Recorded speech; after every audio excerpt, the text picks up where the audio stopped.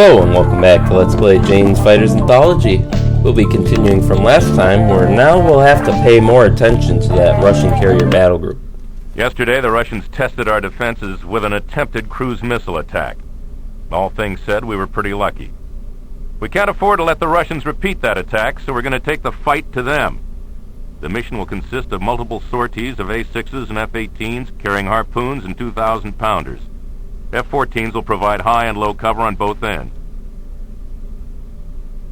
The Kiev is carrying approximately 12 Vistal Yak-141s. These aircraft represent the only long-range barrier the ship can throw against us. However, the Russians have a couple of air defense bases at Rostov and Krasnodar, so keep an eye out for high-speed interceptors. You'll be making a combat sweep in advance of the strike aircraft. Your objective is straightforward.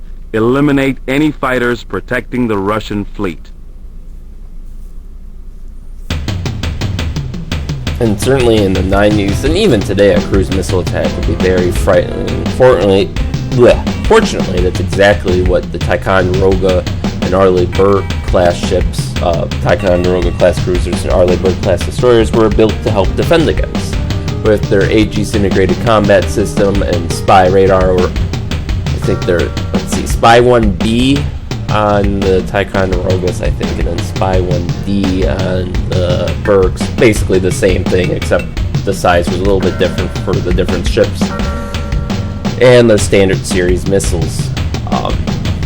Certainly in the 90s, luck would definitely have played a fair role in making sure that no missiles hit. Nowadays, especially as we saw off the coast of Yemen, when a Burke-class destroyer was attacked there with anti-ship missiles, our defense technology has gotten to the point where it's as much a numbers game now as it is a luck game. But we don't want to give them the chance to do it again. So, Sea Sweep, USS Eisenhower, CVN 69, date April 14th, local time 0400 hours, weather clear, situation CINCLANT, which I think is Commander-in-Chief Atlantic, has called for complete control of the Black Sea region throughout the duration of this crisis.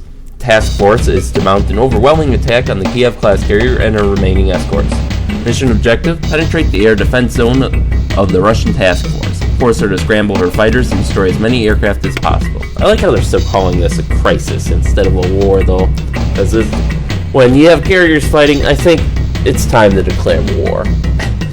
Order of battle: recommended aircraft F-14B, recommended weapons AIM-9M, AIM-54, AIM-120, suppression data, ground opposition, Samson AAA from Russian Task Force, air opposition, possible Yak-141s and SU-27s.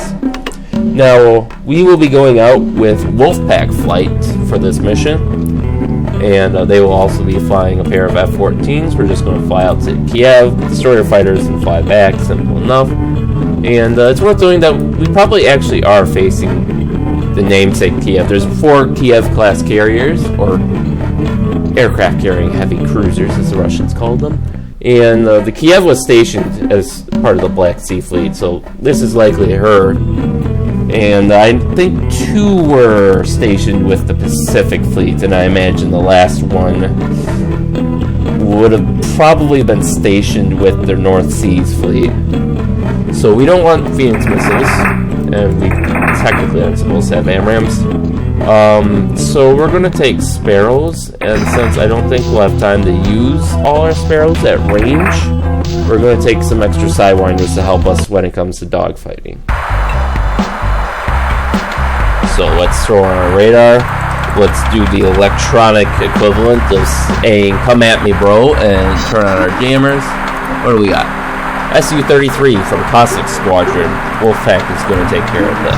MiG-29s from Papa Stalin Squadron. Wingman will take care of that. We have MiG-21. Don't care. And we have Yak-141s. New contacts. We have KA-50s taking off from the Kiev. Attack helicopters. Not a huge threat to us. We can take those guys down in range anytime we want. So, let's switch to Sparrow missiles. Range our radar out appropriately. And we'll go in and intercept these Yaks. Now, I think our strategy here is they'll probably have adder missiles, so they'll be able to launch slightly earlier than us. Once we launch, what we're going to immediately do is switch to our sidewinders. We're going to hope that our combination of our jammers and our chaff will decoy all the missiles away from us. And then we'll take pot shots with our first two sidewinders to force them to evade and hopefully do some damage. And between our sparrows and sidewinders, I'm hoping for 1 to 2 kills. And let's see how many they have. 1, 2, 3. So 1 to 2 kills there, which would leave us 1 to 2 to deal with. And 2 to 1 fight would be difficult, but not impossible. But a 3 to 1 dogfight, that's just asking for trouble. So let's time compress over.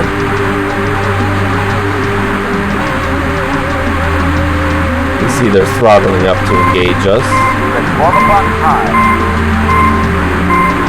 We'll order our wingman to attack all bandits now that he's close enough that he should automatically go and help Wolfpack Squadron. Yeah.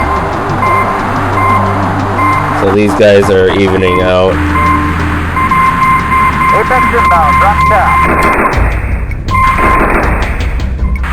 Fox 1, Flash 1, Holcomb. Apex inbound, drop tap. Okay, 5 miles out. You're going to switch to IR missiles next. Yeah. Alright, we got one. Eco inbound, drop flare. Fox 2, Fox 2. That one got through. Contact. 24% of damage, thankfully. So not nearly as much as I thought we'd get from a missile hit. I think we got lucky there. The fuse was way off.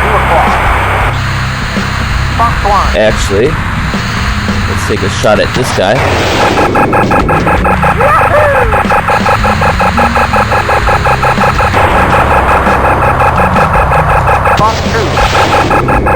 And this guy. They both missed. Well, we'll be in gun range for this guy soon enough.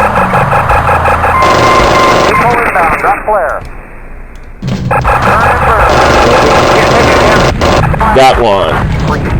Now we can easily outrun the other yak.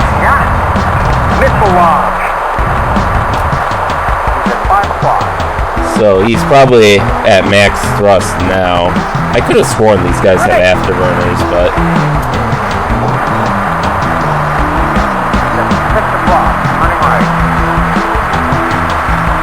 I like how he's debating whether or not to pursue us.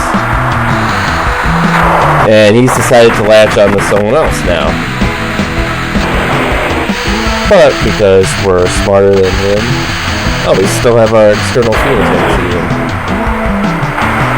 Now, we can break in, and we can use our sparrows again.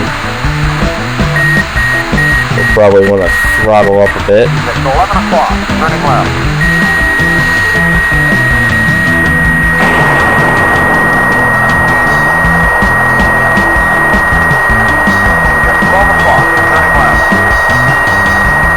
There we go. Now he's coming back for us. Except he's probably used his radar-guided missiles in their first volley. Or their first or second volley. They did launch 2 volleys of radar-guided missiles at us. So, that leaves us with the advantage. It's 12 o'clock. Oh, that's a wing? It's 12 o'clock. Huh. Okay. I don't know why our wingman isn't attacking him, but he's letting us have the kill. I'm not going to complain on that. See, we hit this guy with something. He was damaged a little bit. Okay. You're a bandit, 9 o'clock low. And 74, we don't care.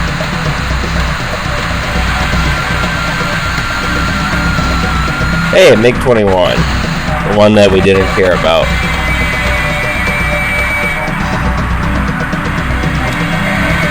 IFF unknown.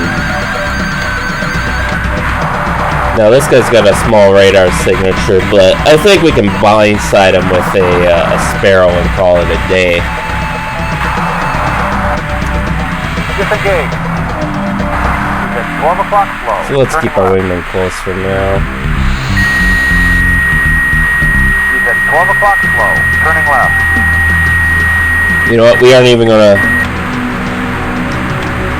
You're reeling him in.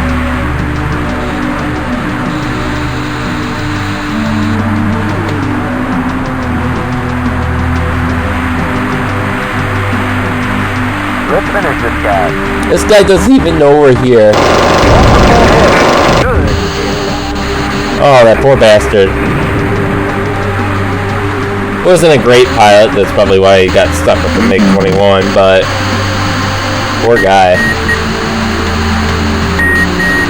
Okay, let's see who else is out there. Here we go.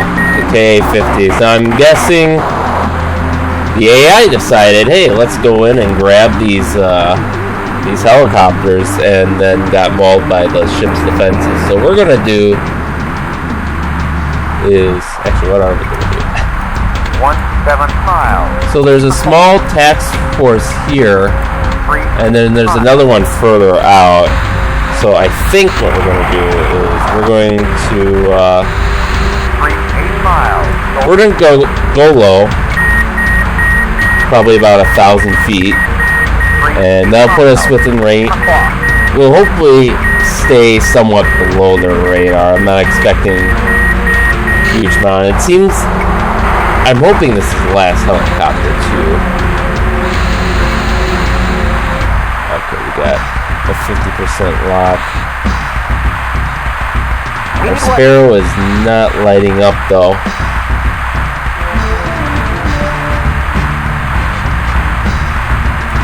Oh, of course not. We're way out of range still. So I don't understand how we have such a huge hit problem. Well, I guess compared to the missile, this helicopter may as well be standing still.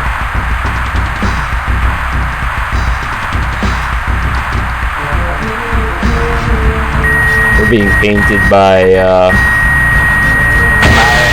some of the task force ships. And our hit probability is decreasing, so we'll fire that guy off. 12 o'clock, turning right. I would think. Now, the thing is, it may be standing still, but it's also got a relatively small radar cross section, so I don't know if it's actually going to hit. We should see soon, though.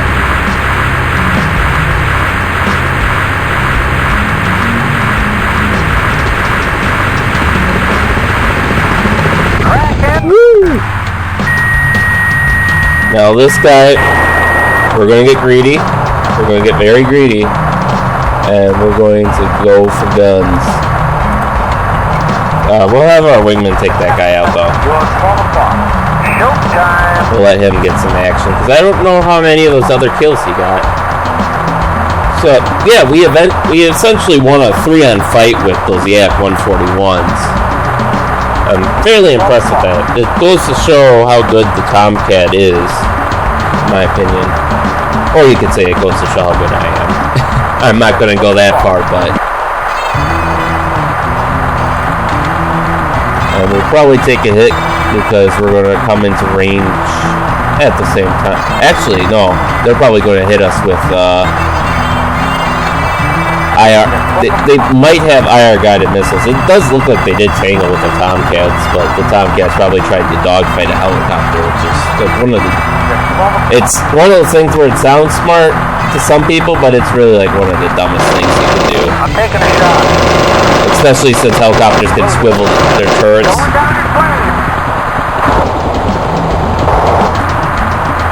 And I like how the surface warships aren't shooting on us at all, even though we're like on their doorstep. I suppose that's why the mission has us going after these helicopters, but... Oh, now they're lighting us up. Spoke too soon. Let's get this guy.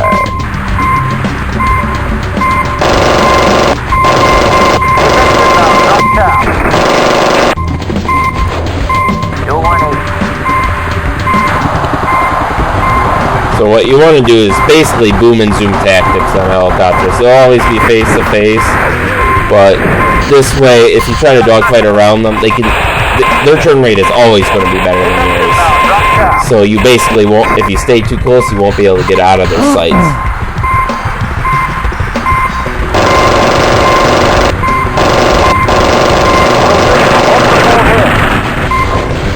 Okay, we got a mission accomplished. Wingman disengage. Inbound, waypoint Bravo, bearing 29. Let's get out of here. We got plenty of fuel. He only nicked us. So we got probably shrapnel damage to the front of our aircraft a bit, because that missile exploded a bit in front of and under us. And then a little bit of piercing damage in our wings. Not too terrible. And once again, I don't think we had any subsystems get hit, so we won't get to show that mechanic off yet. But we'll return to the Eisenhower. It's a good thing they don't inventory your fuel like they do the weapons, where you have like a limited amount of fuel for the campaign. Oh man, it would be nice in a way, another thing to manage. Do you really want to go to afterburners? It would make you use your afterburners much less frequently, but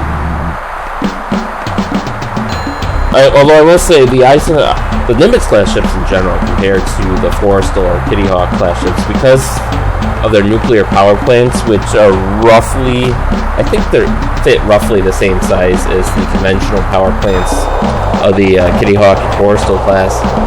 They don't, since it's a nuclear plant, they don't have to carry fuel for it. So all that space that used to carry fuel for conventionally powered carriers can be used to carry additional fuel munitions for carrier aircraft. So I want to say I saw a figure where the Nimitz class had like 50% greater capacity for aircraft stores than the Kitty Hawk or Forrestal class, because of the fact that they weren't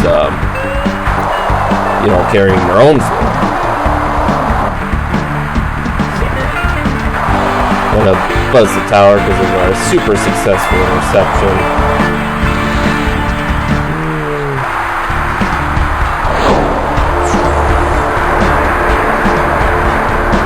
Yeah.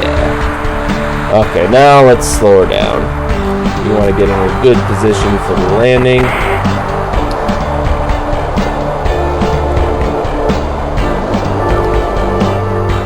We could probably turn our jammers off. Let's not muck about with our allies' radar systems, just in case the Russians try another cruise missile attack. We'll switch to navigational mode. Use flaps and hook hard down. I don't know why I don't get the... Did I accidentally hit something? I guess not. I don't know. Normally it should have like a targeting... Oh, okay, so it's just slave to the air-to-air mode of the radar. That's fine. Clear to land. Wind at 9 knots. Oh, we are Go right. a little too fast. Go right. That should slow us down. Go right. Go right. 3 miles. Lower. Lower. Lower. Lower. Lower. 2 miles. Lower. Lower. Lower. Lower. Lower. Lower. Call the ball. Lower. Lower. Lower. Lower.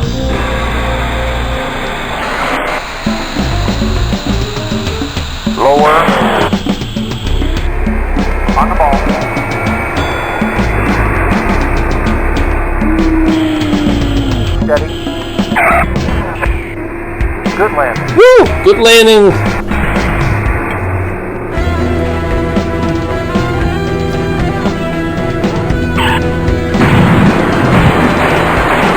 I thought you could do that with no consequences. In reality, you'd never want to use your afterburners like that on a carrier deck. That's the whole reason they put up those jet blast effectors. Oh, are you kidding me? Are you kidding me? Come on, game. Pull through.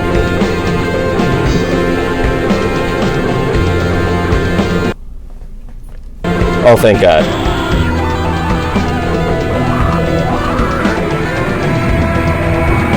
So that will probably be some editing.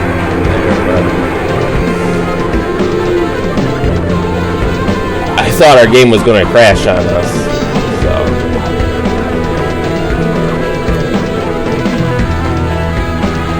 There. Picture perfect landing. Now we just wait for our wingman. It's unfortunate that Wolfpack Flight was dumb enough to dogfight the helicopters in range of the ships, but can only do so much about the AI, and really, I'm impressed with the AI of this game. It can be a little bit simplistic at times, so you gotta remember, the original version of this engine, excuse me, and games based on this engine came out in 95, I think, 1995, so I think it deserves a little bit of leeway for how it does things.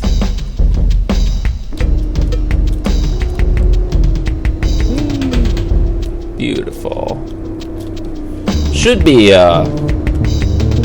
dawn soon. I don't know how soon, because I believe this mission started at 0400 or 0430 hours. I guess it depends on when it sets dawn to be, if it's 6 o'clock or more likely, I'm guessing 7 or 8 o'clock. But that's it. That's the mission, so let's end it there. Debrief. USS Eisenhower, CVN 69. Date, April 14th. Mission C-Suite. Resolution, success.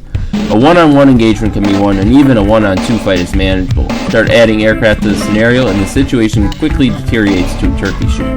The best fighter pilots pick their fights carefully. This mission proved that you know how to set the parameters of the engagement. I guess we did. We had 100% landing grade, 28% damage sustained to our aircraft. Wingman has a 47% landing grade. We splashed 4 fighters. That doesn't sound right. Oh yeah, the MiG-21. I forgot about him. See, that's how little he counts. It looks like our wingman got the MiG-29 we sicked him on originally. Oh, that's cute. Oh, okay. No, I remember. Yeah, and we got credit for all 3 of the attack helicopters. Now, our jammer... Oh, no, these are our missiles, so some of our missiles just flat out failed. They weren't spoofed, so it wasn't the enemy's chaff or flares. It was just a missile being derp. Our wingman, his missiles were spoofed. Well, he had a really high failure rate, too. Half his missiles. Now, we managed to spoof almost all of their missiles, but that one did slip through. And that'll happen. And the one missile launch against our wingman didn't fail. And see, this is why I'm not too upset about taking damage. We had 9 missiles launched against us. 9. Our wingman had 1 that didn't even work. And then they got a couple of gun hits on us. So...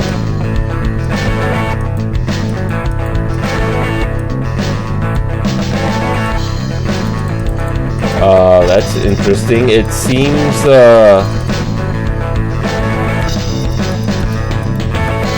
seems none of our aircraft have taken damage somehow. That's weird. I don't have cheats on or anything. I mean, you can see. But, okay, we'll roll with it, and next time maybe we'll get a chance to actually sink some Russian ships. So, we'll see you then.